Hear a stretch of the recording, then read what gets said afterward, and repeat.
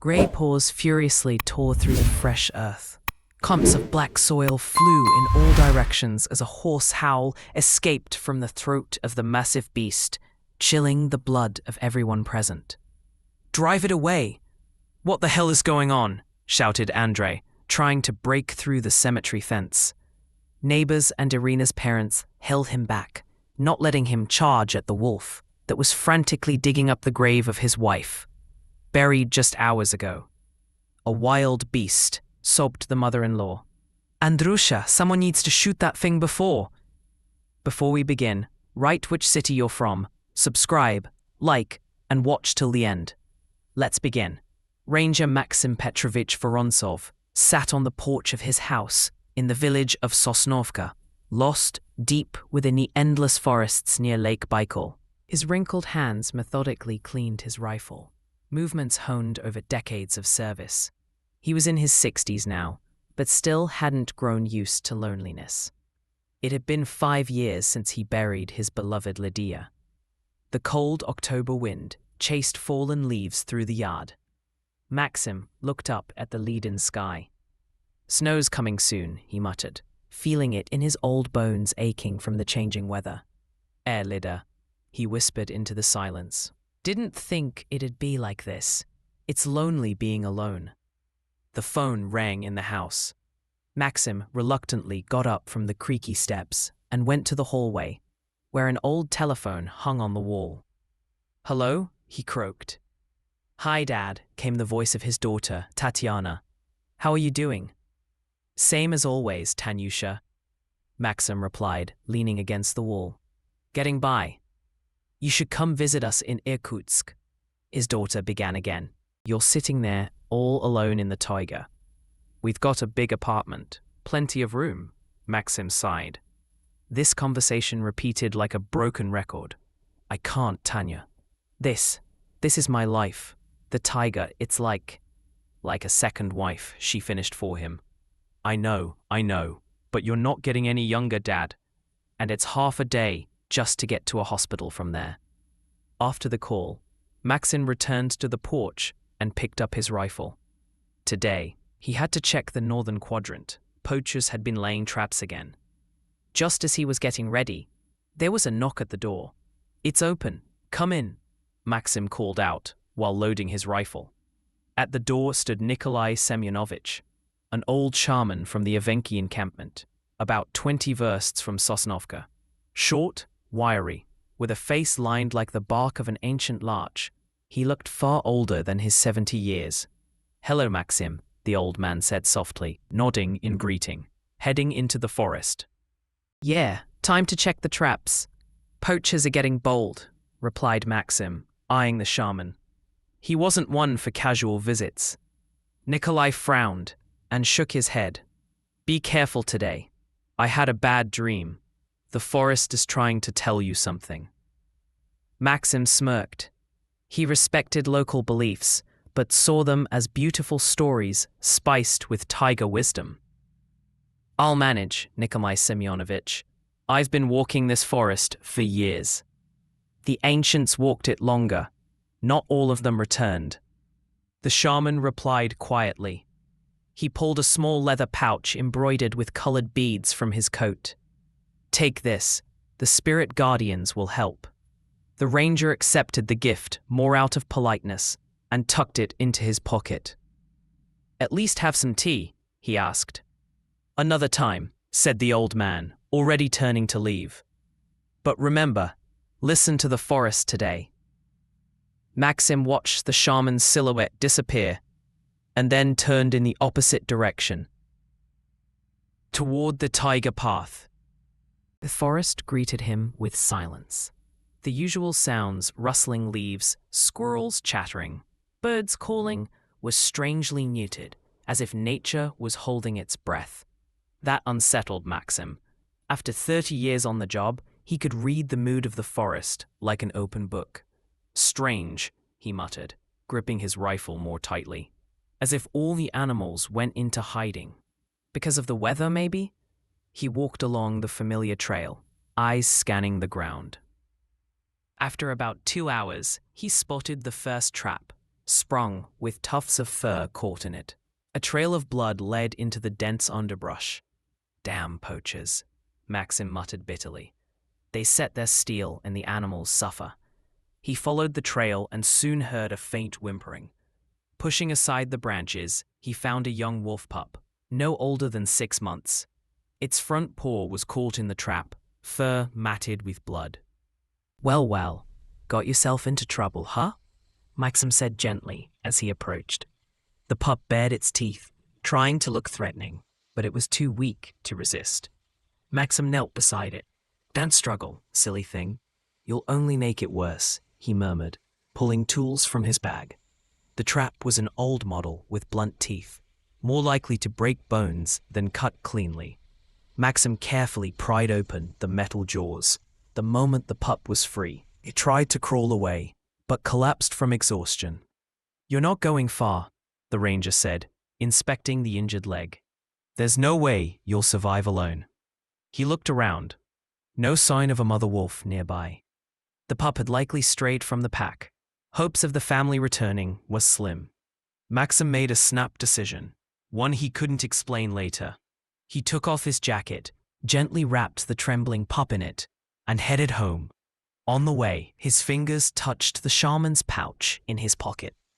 Maybe this is what the forest meant to tell me, he thought, picking up the pace. At home, Maxim laid the pup on an old blanket near the stove. He treated the wound and splinted the leg. The animal was too exhausted to resist, only watching him with wary amber eyes. I know it hurts, Maxim murmured while bandaging the leg. Just hang on, it'll get better soon. When he finished, he placed a bowl of water and a piece of boiled meat in front of the pup. Then he lit the fire and sat down on the chair across from his new companion. There, he said, watching the pup lap water cautiously. We'll live together now. What should I call you? The pup lifted its head and looked at him as if it understood. Sever, Maxim decided, for your silver grey coat, like the northern sky on a frosty night. He'll return to the wild anyway, once he gets stronger. Maybe he won't, Maxim shrugged. You can't survive in the taiga alone with a paw like that. The wolf pup survived, although at first Maxim had doubts. Gradually, the animal grew stronger, though he always limped on his front paw. To Maxim's surprise, Sever didn't try to run off into the forest, even after he stopped tying him up. Must have realized he can't survive alone. Maxim would say when neighbors asked about his unusual pet. Some villagers were wary of the wolf at first, keeping their children away from the ranger's home. But over time, they got used to him. Sever behaved calmly, didn't touch livestock, and always stayed near Maxim. When the shaman, Nikolai Semyonovich, saw the wolf, he nodded meaningfully. The Simits have sent you a protector, Maxim. There's an old legend. The wolf saved by a man will one day give his life for him. Oh, come on with those fairy tales. Maxim waved it off, though something inside whispered the old man was right. One winter evening, with the blizzard howling outside and Sever dozing near the stove, Maxim finally opened the leather pouch the shaman had given him. Untying the strings, he spilled its contents into his palm, an old, time-yellowed fang of a predator. Well, I'll be, Maxim murmured. It really is a wolf's. Sever raised his head, sniffed the air, and approached, pressing his nose to the fang in Maxim's hand. The ranger could swear he saw something human flicker in the wolf's eyes. Recognition, understanding, a wisdom ancient and unreachable to man. You know something, don't you? Maxim asked softly, scratching behind the wolf's ear. The beast whimpered, as if in reply. By the end of the year, Maxim's health declined. Years in the taiga, old wounds, and a lonely life took their toll. His knees ached with the weather, his back refused to straighten in the mornings, and his heart often acted up. Even light effort left him breathless. He no longer visited the far-off winter quarters, spending more time at home, staring out the window at the snowy forest. Seva lay at his feet, head resting on his paws. In a year, the pup had grown into a large, powerful wolf with thick grey fur. In December, his daughter Tatiana arrived and was shocked at her father's condition. "That's it, Dad," she declared firmly, after seeing how hard it was for him to rise from a chair. "No more heroics. You're coming to the city with me." "What would I do in the city?" Maxim frowned. "Live," she answered bluntly. "Get treatment.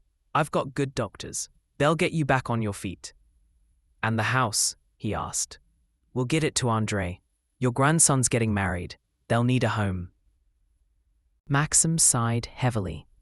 He didn't want to leave the taiga, but he knew she was right. He no longer had the strength. And the forestry service had been hinting for a while that it was time to retire. "And what about Seva?" He nodded at the wolf, who watched the unfamiliar woman warily. "Oh, Dad," Tatiana pressed her lips together. "You can't bring a beast like that into the city. He'd have to be put down." "Don't even think about it." Maxim stood from his chair, outraged. "He's family. I'll ask Andre to look after him." Tatiana shook her head but didn't argue. Maxim agreed to move only if Seva would be safe. A week later, Andre arrived with his fiancée, Irina, a strong 25-year-old who'd worked in the Irkutsk emergency services. Andre reminded many of his grandfather in his youth.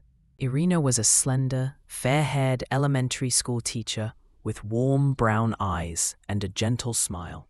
"Sosnovka hasn't changed a bit," Andre said, walking around the house he hadn't seen in years. "Remember, Grandpa, when you took me hunting?" "I remember," Maxim smiled. "You still talk about your first grouse." "Of course," Andre laughed. "And remember when I fell through the ice on the lake?" He trailed off as Seva emerged from the house. The wolf stopped in the doorway, eyeing the newcomers. "Oh my God," Andre whispered. "That's your pet?" Maxim nodded. "Seva, come here. Meet them." The wolf slowly approached, sniffing the air. Irina instinctively stepped behind her fiancé. "Grandpa, I get it. But having a wolf in the house? That's too much," Andre said, glancing at Seva, who studied them silently. "He's calm," Maxim replied, "and a better guard than any dog. Since he's been with me, not a single theft in the village." As if understanding the conversation, Seva walked up to Andre and sat in front of him, locking eyes. "See, he accepts you," Maxim smirked. "He senses the bloodline." Andre cautiously reached out. The wolf hesitated, then allowed himself to be petted. Irina, however, kept her distance, watching the massive animal with unease. "He scared me," she admitted that evening, when they were alone in their room. "So big, and the way he looks, like he sees right through you." "Don't be afraid." Andre hugged her. "If Grandpa says he's safe, then he is, and if anything, I'll chain him up." Irina leaned into him. "Are we really going to live here, so far from the city, from civilization?" "Just for a while," Andre reassured her. "While Grandpa gets treated, we'll look after the house, then decide. Maybe we'll move to the city. But you know," he looked out the window at the stars glimmering in the night sky. "There's something special about this place. I remember coming here as a kid for the holidays. The taiga, it pulls you in." 3 days later, Maxim packed his few belongings and left with his daughter for Irkutsk. Before leaving, he spent a long time stroking Seva's thick fur. "Keep watch over the house," he told the wolf. "And over them too," he nodded toward the young couple. "They're your family now."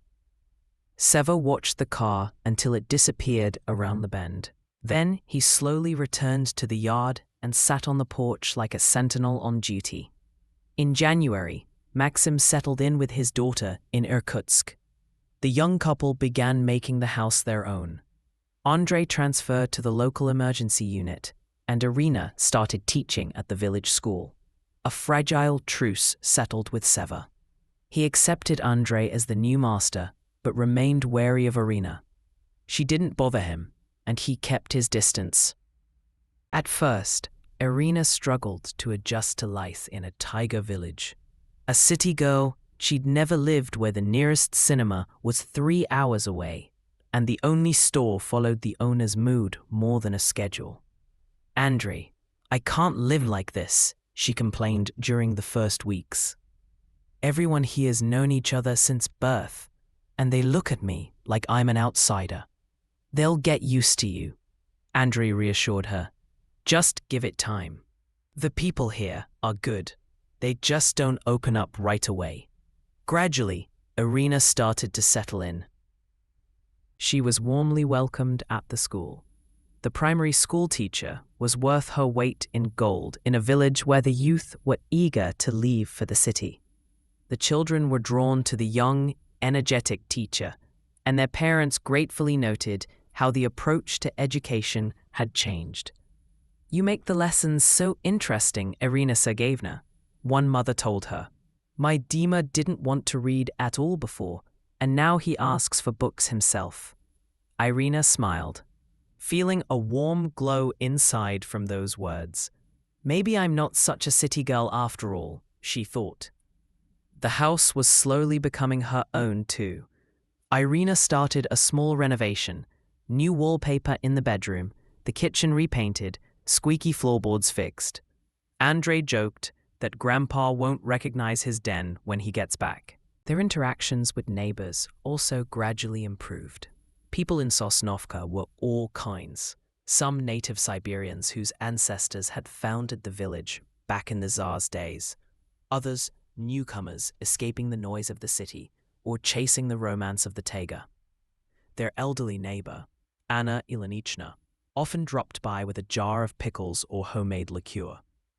"You two live here all alone," she would say, giving the house a scrutinizing look. "You should have kids. What's a family without children?" Irina would smile shyly while Andrei winked at her from behind the neighbor's back. They were planning a family, but still settling into their new home. Everything changed in March when Irina shared the joyful news she was pregnant. Andrei beamed with happiness, already planning how he would teach his son. He was sure it would be a boy, to fish and venture into the taiga. "We'll have the most tiger-bred baby in Sosnovka," he said, kissing his wife. "I'll teach him everything Grandpa taught me." Irina just shook her head, but deep down, she was happy about her husband's enthusiasm. That was why she fell in love with him, his zest for life and joy in simple things. One evening, as Irina sat reading in a chair, Seva suddenly approached and gently laid his head on her lap. She froze in surprise. In all those months, the wolf had never shown her much attention. "Andrei," she called quietly, "come look." Seeing the scene, her husband chuckled in amazement. "Well, well, Grandpa always said wolves have a special sense. He must have realized you're pregnant." "You think so?" Irina asked doubtfully, touching the wolf's gray fur. "I'm sure of it," Andrei nodded. "They can sense these things." He recalled how, during his grandfather's time working in a nature reserve, wolves avoided rangers with guns, but approached peacefully those who came in peace. From that moment on, Seva's behavior changed. He followed Irina everywhere, slept by their bedroom door, and closely watched her whenever she stepped outside. Like a bodyguard, Irina laughed, already used to his protective presence. She even began talking to him about her plans, her dreams, the children she taught. "You know, Seva," she once said, stroking her growing belly, "we'll name him Maxim, after Grandpa. I think he'll grow up to be just as strong." The wolf listened, head tilted as if he understood every word. The pregnancy progressed smoothly. Every month, Irina visited the district hospital for checkups. The doctors confirmed, "Everything's fine, normal development. You've got a strong boy," the elderly gynecologist said during an ultrasound. "Very active, always moving. Takes after his dad, it seems." Andrei, attending the checkups, smiled proudly. His instincts had been right. They were having a son. In the evenings, they sat on the porch, watching the sunset over the taiga, dreaming of the future. Andrei wanted to teach his son everything from fishing, to forest survival. Irina imagined reading him fairy tales, teaching him letters and numbers. You know, Andrei said once, I used to think living in the taiga was temporary, that we'd move back to the city. But now, I'm not so sure. Maybe we should stay. The air's clean, people are kind, and it's a good place for a child to grow up. Irina thought for a moment. At first, she believed she'd never get used to life far from civilization. But slowly, Sosnovka had become home. She'd grown to love the quiet evenings, the scent of the taiga after rain, the sincerity of the locals. I don't mind, she finally replied. But let's decide after the baby is born. Who knows how things will go? Andrei nodded and put his arm around her. At that moment, Sever, who had been lying at their feet, suddenly raised his head and looked toward the forest, alert. What is it? Andrei followed the wolf's gaze. Sever stood, his hackles raised, and let out a low growl. Someone's coming, Irina said instinctively, placing a hand on her belly. A minute later, a tall figure emerged from the trees. Andrei tensed, but then relaxed. It was the village shaman, Nikolai Semyonovich. Good evening. The old man greeted them as he approached the porch. Hope I'm not disturbing you. Of course not. Come on in, Irina said, rising to make space. Some tea? She offered. With pleasure, the shaman nodded. Sever stopped growling, but kept a close eye on the guest, his amber eyes never leaving the man. How's Maxim Petrovich? The shaman asked as he took the teacup from Irina. He's recovering, Andrei replied. They did heart surgery. The doctors say with this pace, he'll be home soon. The shaman nodded, sipping his tea. You didn't come just for tea, did you? Irina suddenly asked, catching the old man's studying gaze. Nikolai Semyonovich smiled. Clever girl. No, not just for tea. He looked at her belly. The child you're carrying is special. I can feel it. Irina and Andrei exchanged glances. What do you mean, special? Andrei asked, frowning. In a good way, the shaman reassured him. Two worlds will meet in him, the taiga and the city. He nodded towards Sever. And the wolf, he will be his protector. What are you talking about? Andrei asked, puzzled. The old man reached into his pocket and handed Irina a small object. Take this, a charm for the baby. Irina accepted the gift, a tiny bone pendant, skillfully carved into the shape of a wolf. Thank you, she said, admiring the charm. It's beautiful. Always keep it close, the shaman said, standing up. And remember, beasts sense what humans cannot see. After the shaman left, Andrei sat in silence for a long time, staring at the fire. He's strange, he finally said. All this talk about spirits and two worlds. But maybe there's something to it, Irina said, thoughtfully, stroking the charm. Look how Sever changed when I got pregnant, as if he really felt something. Andrei shrugged. Maybe it's just a coincidence. Or maybe, I don't know. Grandpa always said the taiga lives by its own laws, not always clear to city folk. That night, Irina had a strange dream. She was walking through a snowy forest, sinking knee-deep with every step. Around her was dead silence, broken only by the distant howl of a wolf. She walked toward the sound, and with every step, the darkness grew thicker. Then he appeared, a massive gray wolf with amber eyes. But this wasn't Sever. It was like his ancient wild ancestor. The wolf stared at her without blinking, then turned and walked away. She followed, feeling she had to see what he wanted to show her. Up ahead, a warm golden light appeared. The wolf had led her to a house, her house in Sosnovka. But as she came closer, she saw smoke curling out from under the door. Irina woke up in a cold sweat.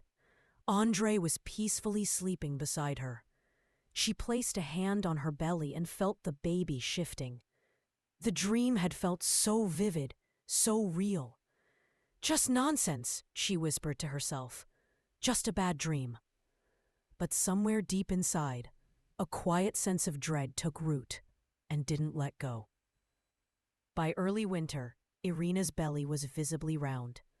The rural doctor confirmed the pregnancy was progressing normally, with the due date expected in late February.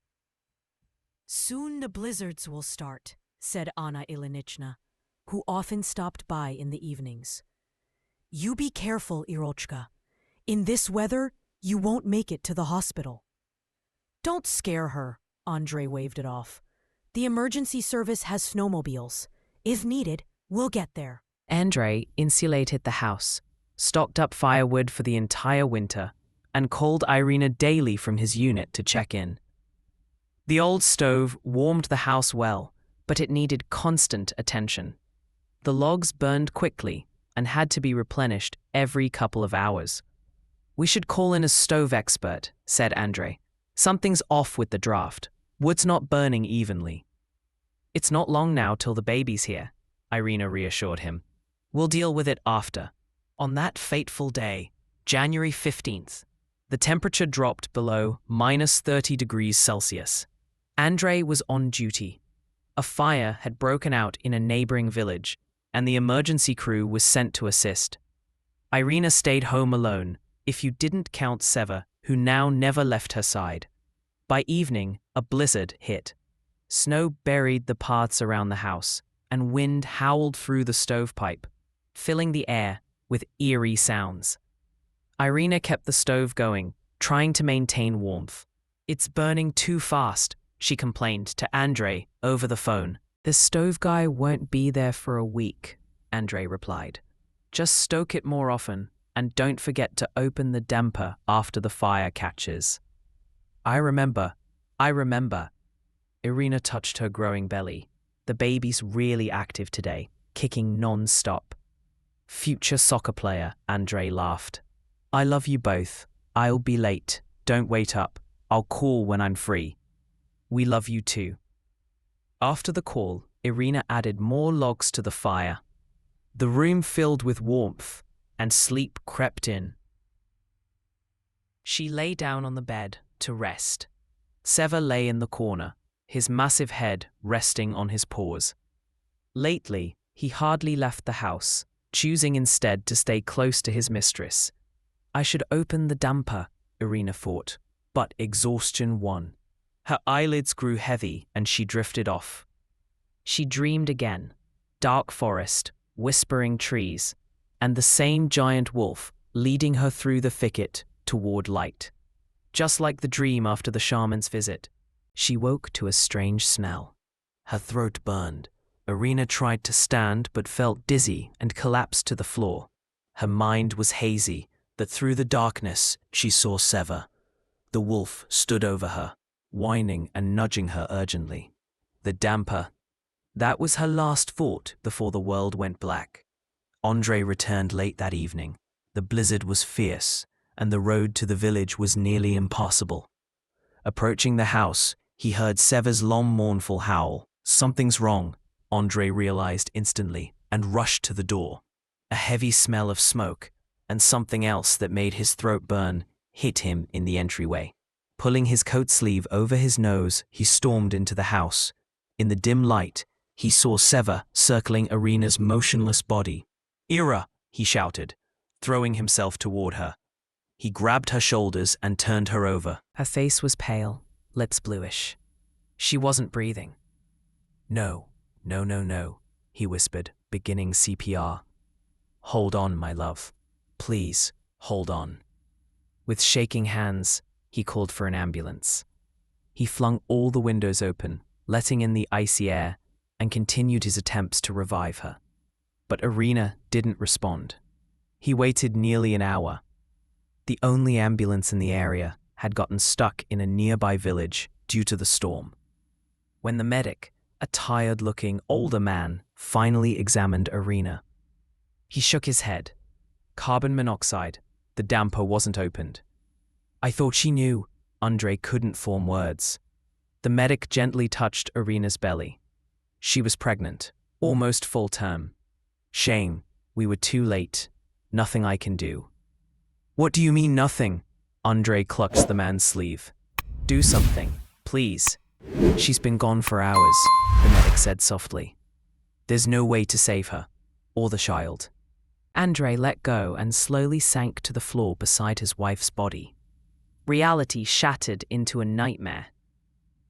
But how? How did this happen? He whispered. Carbon monoxide, the medic repeated. Silent killer. No color, no smell. You fall asleep and never wake up. If the dampers shut too soon, before the fire burns out completely, the gas doesn't go up the chimney. It fills the room instead. The medic stepped out quietly, saying he needed to fill out some forms in the ambulance. Andre was left alone with his grief. He stroked Irina's cold hand, remembering how they had just been planning their future, picking out names for their son. He didn't notice Seva returning to the room. The wolf approached Irina's body and stared at her for a long time, as if refusing to believe what had happened. Then, gently, he began licking her hand. Get out! Andre shouted, shoving the wolf away. Go! But Seva didn't give up. He tried to get to Irina's face, whimpered, and even tried to tug at her clothes with his teeth as if he wanted to pull her away. That was the last straw. Something broke inside Andre. Rage flooded his mind. He grabbed the wolf by the scruff and dragged him into the yard, chaining him near the kennel. Stay here, he rasped, barely holding back tears. Returning to the house, Andre sat down beside his wife's body and, for the first time in many years, wept. He sobbed uncontrollably, like a child, not ashamed of his tears. Then he called Irina's parents, his mother, and the local police station. His voice was flat, mechanical, as if someone else was speaking. All night long, Seva's mournful howling echoed from the yard. It would fade, then grow louder again, carrying over the entire village. The neighbors shook their heads. The wolf senses death. He howls for his mistress. Andre didn't sleep. He sat next to Irina's body, holding her hand, as if hoping her fingers might suddenly move, as if this was all a terrible mistake. In the morning, Irina's parents arrived. Her mother collapsed in hysterics. Her father silently smoked on the porch, swallowing his tears. The funeral arrangements began. Documents, the coffin, the service. The blizzard wouldn't let up, and the road to the cemetery had to be cleared by tractor. The principal of the school where Irina worked personally informed all the parents of the tragedy. The entire village came together to help. Some brought food for the memorial, others transportation, others just moral support. Andre seemed petrified. He carried out the necessary tasks mechanically, muttered condolences to Irina's parents, but inside there was a void. A black hole had swallowed all thoughts, all emotions, all life. Seva remained chained the whole time. He stopped eating and drinking, only occasionally lifting his head to gaze at the house where his mistress lay. Andre barely noticed him. Grief had blinded him to the world. On the second day, a detective arrived from the district center, a routine procedure for accidental deaths.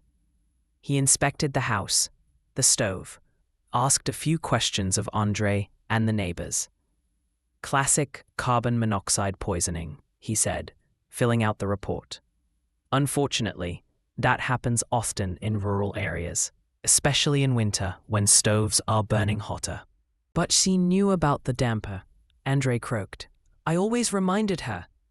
The investigator shrugged. Fatigue. Pregnancy. She may have just forgotten, or fell asleep earlier than she planned. When all formalities were completed, the funeral preparations began. The coffin was placed in the living room. Irina lay there in a white dress, like a bride, with artificial flowers in her hair. Real ones were impossible to find in winter.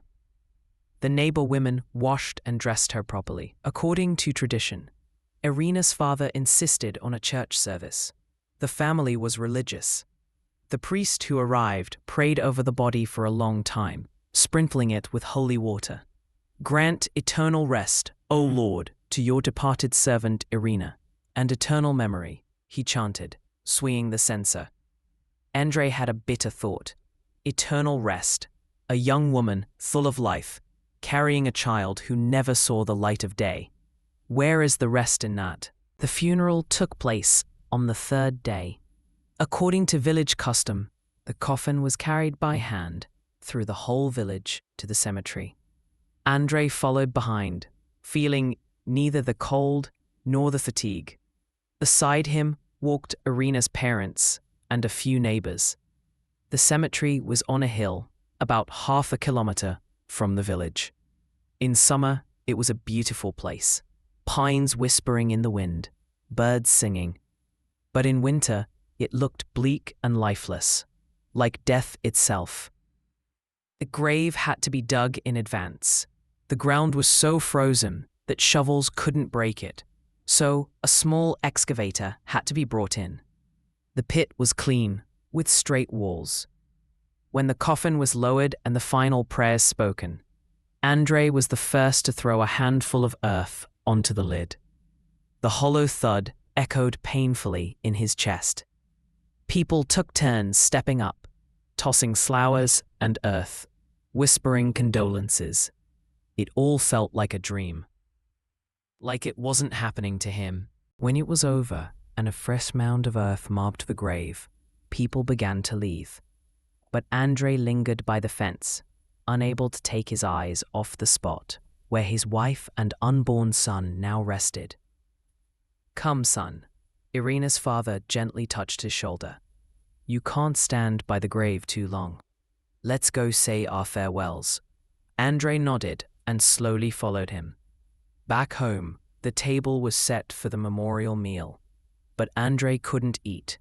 He sat there, mechanically raising the glass when custom required, and downing it just as mechanically. The vodka didn't dull the pain. Nothing could. When the guests left, Andrei was alone in the empty house. A photo of Irina stood on the table, smiling, a wreath of wildflowers on her head. It had been taken last summer, during their trip to Lake Baikal. His thoughts were interrupted by Sever's howling. The wolf was again thrashing on the chain outside. Andrei stumbled to the porch. "Tipsy from drink." "Shut up," he shouted, "or I'll shoot you." But deep down he knew he wouldn't. No matter how great his anger, he couldn't harm the creature his grandfather had loved so much. And he himself had grown attached to the wolf over the past months. Andrei approached Sever and silently unfastened the collar. The wolf froze, staring at the man with amber eyes. Then he turned and dashed off toward the forest, in the direction of the village cemetery. Andrei watched him go, then returned to the house. He took a bottle of vodka from the cupboard and sat by the window, staring into the darkness. Tomorrow, he thought, tomorrow I'll file a request to transfer back to the city. There's nothing left for me here. Andrei drank without tasting it. At some point, he fell asleep in the armchair, still clutching the empty glass. In the morning, a knock at the door woke him. On the doorstep stood Irina's parents. "We're going to the cemetery," his mother-in-law said, "to visit our girl." Andrei nodded, his head splitting from the hangover. He quickly washed his face with cold water and stepped into the yard, where his father-in-law was already waiting with the car. The weather had finally cleared. The blizzard had passed, and a timid winter sun peeked through. The frost had weakened. It was just minus 15 degrees Celsius, almost a thaw by Siberian standards. When they reached the cemetery, they immediately noticed something strange. A crowd had gathered at the gates, people shouting and waving their hands. "What's going on?" the father-in-law asked, as he got out of the car. "There's a wolf," someone from the crowd replied, "digging up a grave." "What grave?" Andrei's blood turned cold. Yesterday's. The young woman's. Andrei rushed to the gate, pushing people aside. He ran between the rows of crosses and gravestones and saw a horrifying sight. Seva was frantically tearing at the earth on Irina's grave. Half of the mound was already destroyed, and the wolf had clearly reached the coffin. "Oh my God, what is he doing?" Irina's mother screamed, running up. "Stop him!" One of the men raised a shovel, but Andrei caught his arm. "Don't touch him," he said. "That's our wolf." "He's destroying your wife's grave," the man shouted indignantly. "He should be shot." But Seva had finally managed to scratch through the coffin boards. Suddenly, he stopped, tilted his head to the side, and pressed his ear to the gap he'd created. Then he jumped back and howled, not like before, but short and sharp, as if giving a signal. At that moment, a moan came from the grave. Everyone froze, unable to believe their ears. Then people rushed to the grave, widening the hole the wolf had dug. Andrei worked with his bare hands, tearing through the earth, not noticing his nails breaking and his palms bleeding. "Get shovels," someone shouted. "And be careful. There's a person down there." When they opened the coffin, Andrei saw his wife's face, pale but not deathly blue, like 3 days ago. And then he saw her eyelashes tremble. "She's alive," he cried, grabbing Irina in his arms. "Call an ambulance, call an ambulance." But there was no time to wait. They laid Irina in the back seat of his father-in-law's car, and he sped off toward the regional hospital. No one noticed that Seva ran after them, limping on his front paw, but not falling behind. At the hospital, Irina was immediately taken to intensive care. Andrei paced the corridor, unable to calm down. An hour later, a young doctor who had recently arrived on assignment came out. "Are you the husband?" he asked. Andrei nodded. "Amazingly, she's alive.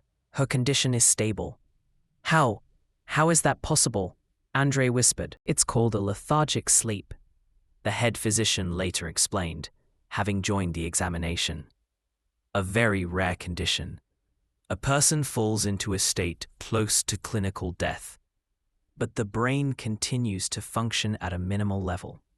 Breathing and heartbeat become so faint that they're undetectable without specialized equipment." But the paramedic, he said she was dead.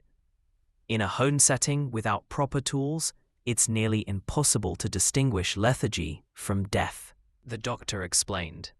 Even I would probably have drawn the same conclusion. "But how did she survive 3 days and then even underground?" Andrei asked, shocked. "In that state, the body consumes very little oxygen," the doctor answered.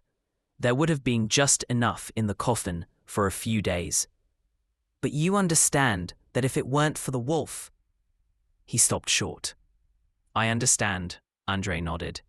"If not for Seva, both of them." The doctor frowned. "Speaking of both, we did an ultrasound. The fetus is alive, the heartbeat is audible, but the condition is critical. I don't want to give false hope. Observation and time are needed." Andrei sank into a chair, feeling his legs give out from a new wave of emotion. "Can I see her?" "Not yet. She's unconscious. We're doing everything we can. Go home and rest. We'll call if anything changes." But Andrei didn't leave. He sat outside the ICU doors all day and all night. In the morning, they allowed him in briefly. Irina lay pale, entangled in tubes and wires. An oxygen mask stretched to her nose. A needle pierced her hand for the IV, but she was breathing. Her chest rose and fell with the rhythm of the ventilator. "Ira, Andrei gently touched her hand. "I'm here. You came back to us. Please, wake up." But Irina didn't react. A nurse gently touched Andrei's shoulder. "You need to go. We'll call you if anything changes." As Andrei exited the room, he ran into Shaman Nikolay Semyonovich, who had somehow heard what had happened and come to the hospital. "She's alive," the old man said. not as a question, but as a fact. Yes, Andre nodded, but unconscious. And the baby? The doctors aren't sure. The shaman thoughtfully shook his head. The wolf saved them from the earth, but not from the darkness. She's still wandering between worlds. What are you talking about? Andre frowned. Her spirit is searching for the way back, the shaman explained. And the wolf can help. Sever. Andre remembered how the wolf had run so faithfully behind the car all the way to the hospital. He's here, waiting at the entrance. They won't let him in. They must, Nikolai Semyonovich said firmly. He is her anchor to the world of the living. Andre was no longer surprised. After all that had happened, his whole framework of reality, where there was no place for miracles or ancient beliefs, had crumbled. I'll talk to the doctor, he said. To Andre's surprise, the young doctor did not object to the unusual request. After what you told me about the wolf, I'm willing to believe he has a special connection with the patient, he said. But there are rules, sanitary standards. Please, Andre pleaded. We've already lost so much time. What if he really can help? The doctor hesitated, then finally nodded. All right, but only for a short time, and he needs to be sanitized. Andre ran outside. Sever sat under the bench by the entrance, waiting patiently. When he saw Andre, the wolf stood up. Come, Andre said. They allowed it. The hospital staff watched in amazement as Andre led a large wolf through the corridors. An older nurse crossed herself.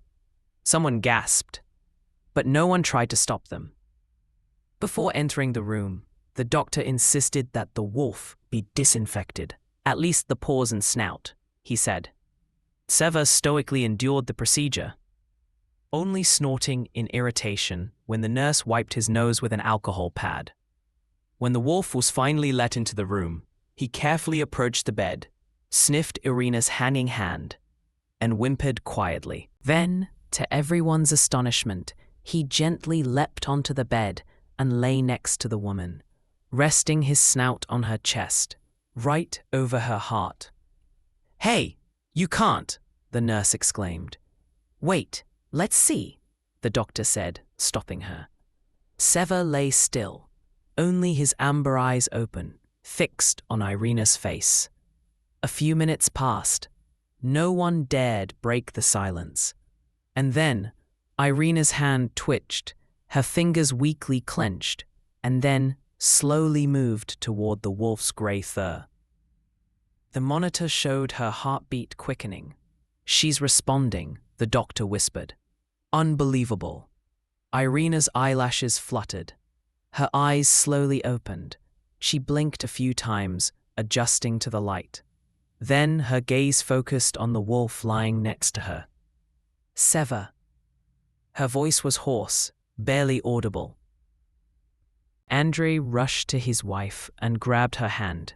Ira, you came back. She gave a faint smile. Andre, what happened? He didn't know where to begin. How could he explain those 3 impossible days? Later, said the doctor, approaching the bed. What matters now is that you're conscious. How do you feel? Irina paused, as if trying to grasp a dream. Strange. Like I've been asleep for a long time. I saw dreams. Sever was there. He called me. Andre looked at the wolf with a new feeling. Gratitude. Awe. The baby, Irina suddenly said, alarmed, placing her hand on her belly. The child is alive, the doctor reassured her. But we need more tests. For now, you need rest. Everyone was asked to leave the room, even Sever. But the wolf didn't budge, and not even the doctor dared disturb him. Let him stay, the doctor finally said. It seems he really is helping. Irina fully regained consciousness a day later. She was still very weak, but her first question was, the baby. Is the baby still alive? The doctors had conducted more tests and, to their surprise, confirmed. The fetus has a steady heartbeat, stable. Amazingly, it's developing normally. That evening, alone with Andrei, Irina quietly asked, "What happened, Andrei?" "I remember stoking the fire, lying down for a rest, then darkness and strange dreams." Andrei took her hand. "Carbon monoxide, Ira. You forgot to open the damper.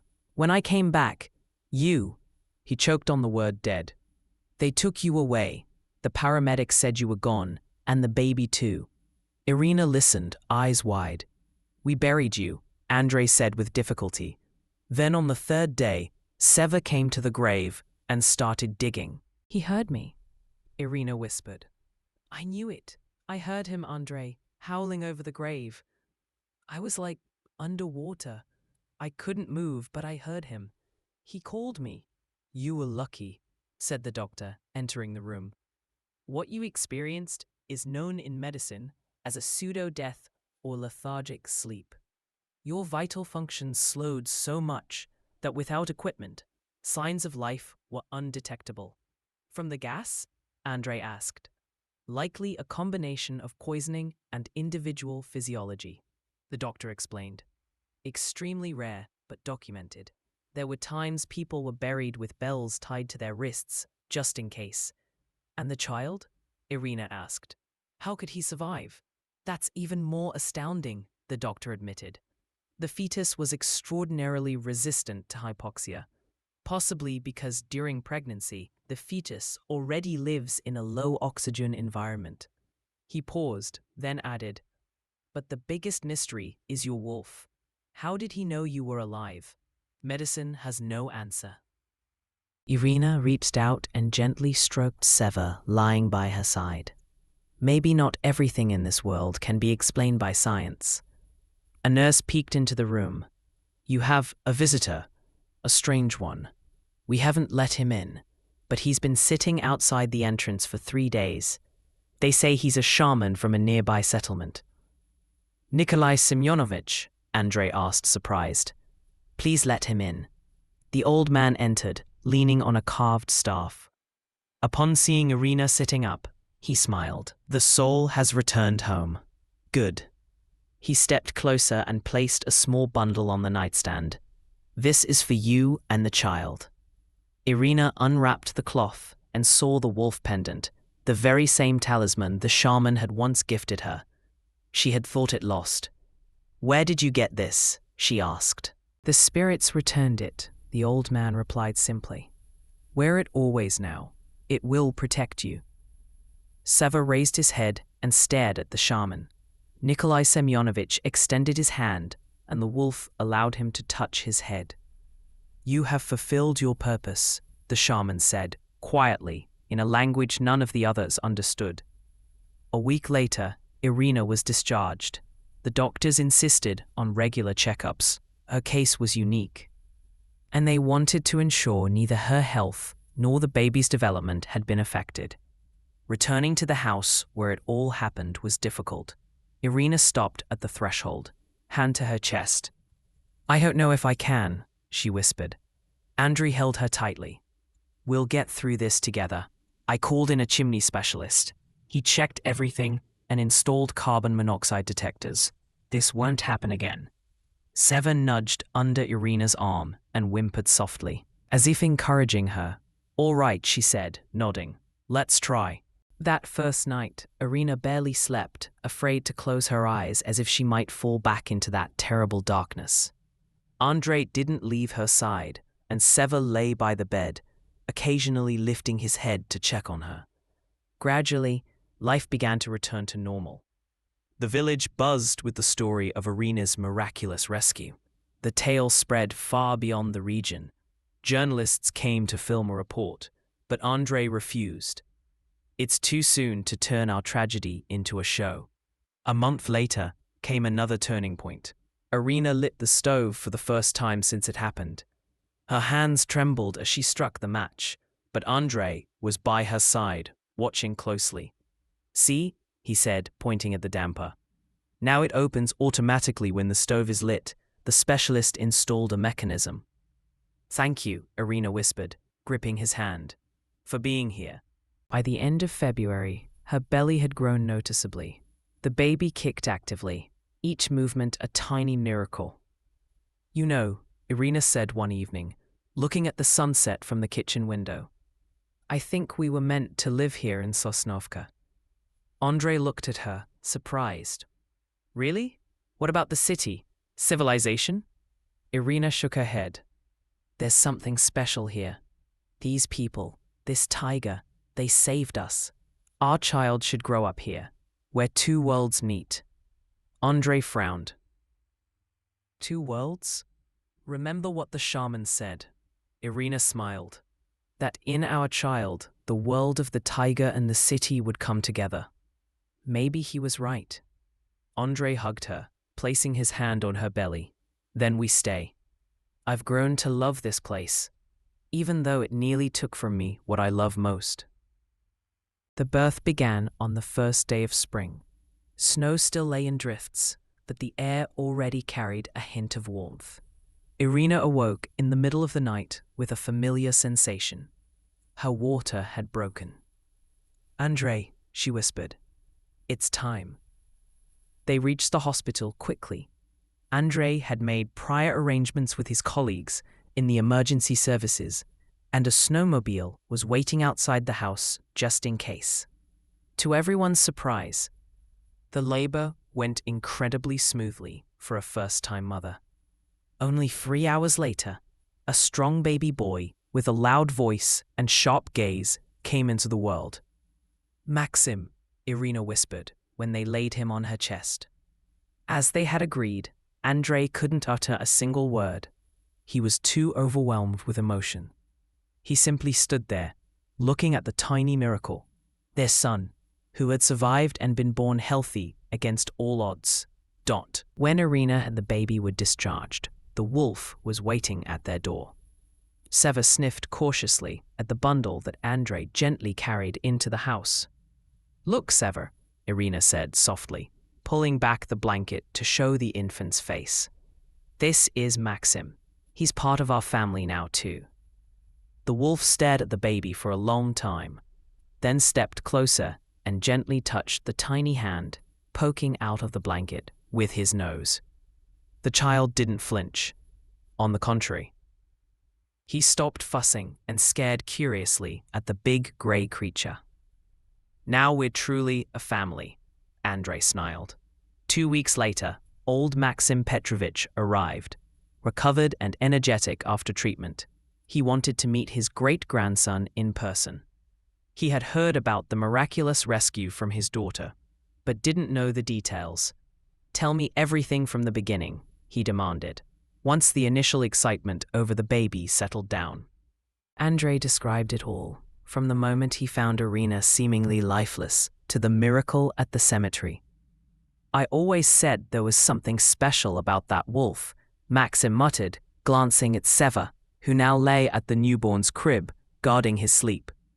At the baby's christening, shaman Nikolai Semyonovich also arrived. He studied the wolf for a long time before calling Maxim over. Do you remember the pouch I gave you before you met him? The ranger nodded.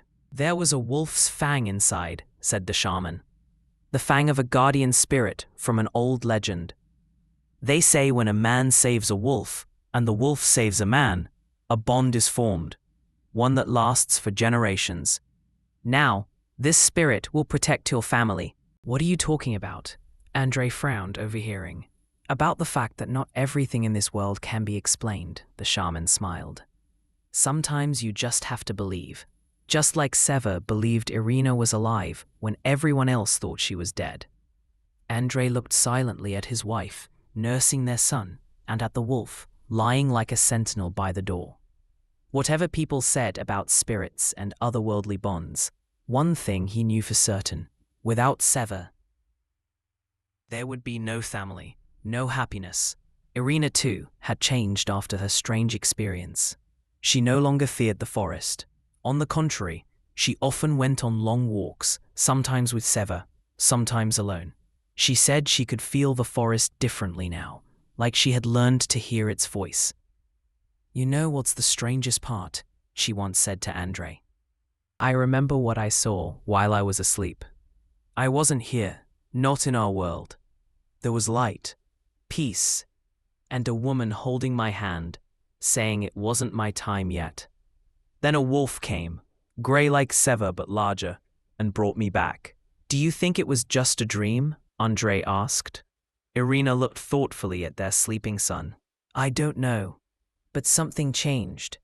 It's like I started to notice things I hadn't before, as if a veil had lifted. In spring, when locals asked Andrei how he felt after all that had happened, he always replied, "You know, everything has changed. I've learned to listen more closely to those around me, even if they can't speak a word." Irina, watching Seva let little Maxim tug on his ears, always added, "Sometimes, the voice that saves your life doesn't come from human lips, and if you hear it through earth and stone, don't be afraid to trust it." 5 years later, Ranger Maxim Petrovich sat on the porch of his grandson's house, watching his 5-year-old great-grandson play with an older but still strong Seva. The boy tossed a stick, and the wolf leapt for it, catching it in mid-air despite his limp. "Grandpa, tell me the story again. How Seva saved Mom?" the boy asked, climbing into the old man's lap. Again? Maxim smiled. "You know it by heart." "Tell it anyway," the boy insisted, especially the part about the voice underground. The old man sighed and began. "It happened one cold winter when even the wisest among us couldn't see what a simple wolf saw." Hearing the familiar story, Seva came and lay beside the porch, his massive head resting on his paws. In his amber eyes shimmered the light of the setting sun, and a depth of wisdom no human could fathom. Irina came outside, smiling at the scene. She had changed over the years, her face more mature, a hint of silver in her hair, but her eyes still glowed with warmth. "Dinner's almost ready," she said. "Andrei should be home from his shift soon." Little Maxim nodded, but didn't leave his grandfather's lap. "Grandpa hasn't finished the story yet." Irina came closer, listening. She knew every word, every intonation, but it still moved her heart each time. Maxim Petrovich paused his story and looked at the wolf. "Thank you," he said quietly, "for hearing the voice no one else could." And for a moment, they all felt something nearly human flicker in the wolf's gaze. Awareness, gratitude, loyalty beyond the boundaries of this world. Irina came outside, smiling at the scene. She had changed over the years, her face more mature, a hint of silver in her hair, but her eyes still glowed with warmth. "Dinner's almost ready," she said. "Andrei should be home from his shift soon." Little Maxim nodded, but didn't leave his grandfather's lap. "Grandpa hasn't finished the story yet." Irina came closer, listening. She knew every word, every intonation, but it still moved her heart each time. Maxim Petrovich paused his story and looked at the wolf. "Thank you," he said quietly, "for hearing the voice no one else could." And for a moment, they all felt something nearly human flicker in the wolf's gaze. Awareness, gratitude, loyalty beyond the boundaries of this world. Irina knelt beside Seva, wrapped her arms around his neck, and pressed her cheek to his grey fur. "Every day I thank fate for you," she whispered. "You gave me a second life, for both of us." Little Maxim jumped down from his great-grandfather's lap and joined the embrace. "I love you too, Seva. You're the best wolf in the world." Inside the house, hanging on the living room wall, was a photo in a simple wooden frame. Andrei and Irina with newborn Maxim. And beside them sat the grey wolf with amber eyes. In the bottom corner of the picture, someone had written, "Family is those who hear your voice, even when you're silent." Thank you for watching. What did you think of this story? Share your thoughts. Your comment means a lot to us.